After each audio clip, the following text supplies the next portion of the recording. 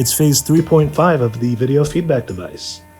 Phase 3 was the addition of the second monitor structure, and phase 3.5 is the addition of the third Roland Switcher and this rotating Panasonic monitor here with the third camera here. I got the 3 foot pedals that trigger all 3 switchers and the finger switches that do the same. Changes the inputs on the switchers.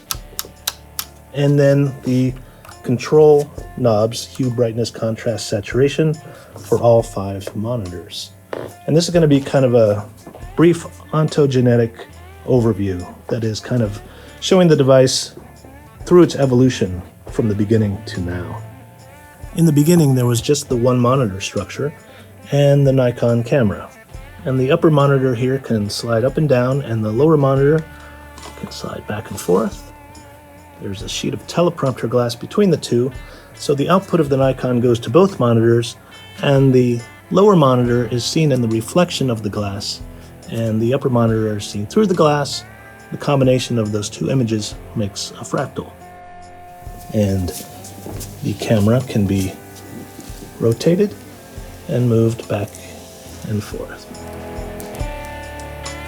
Phase 2 was the introduction of a second input and the Roland Switcher to switch between that second input and the output of the Nikon. And that could either be on the lower monitor or upper monitor to different effect, selected on the control module here. So the reflection of that second input in the glass affects the fractal. And then there was the introduction of the rotating monitor with that second input to give some motion to that second input. And here in phase 3, the monitor doesn't rotate, but the camera does, to almost exactly the same effect. And here I have the lower monitor turned all the way down to simulate phase 2.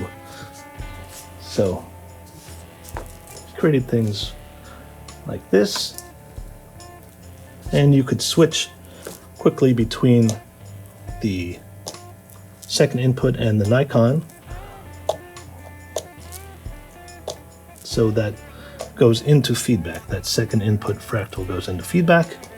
Then there was introduction of the feedback loop on the rotating monitor, so that when you switched that, it would go into feedback. And since it was now possible to have video feedback as the second input, you could have fractals made of video feedback.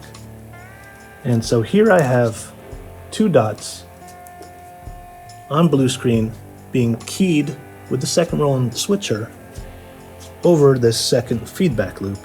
So that creates a feedback pattern that shows up on the bottom monitor here, affecting the fractal being made.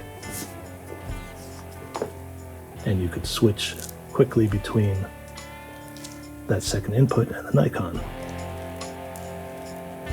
And now in phase 3, things start getting really interesting. I've turned up the brightness on the lower monitor on the second monitor structure. So now those same 2 dots on blue screen, keyed over the feedback, look like this.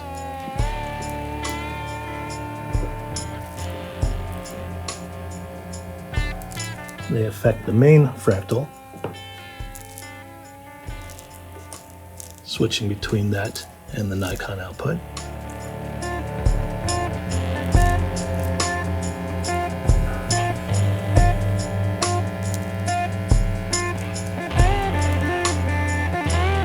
And now with the third switcher in phase 3.5, I can make it so not only does the output of the second monitor structure affect what's going on in the first monitor structure, but the output of the first affects what's going on in the second at the same time, making a loop between the two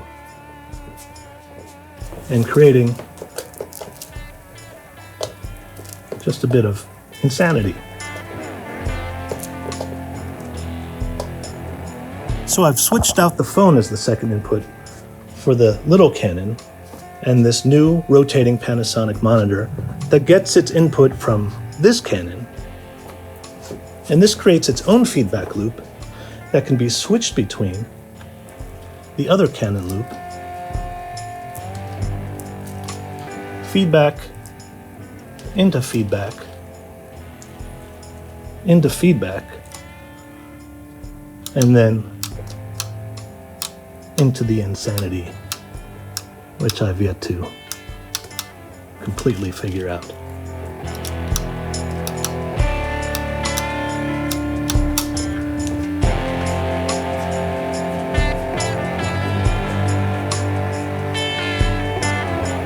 There you have it.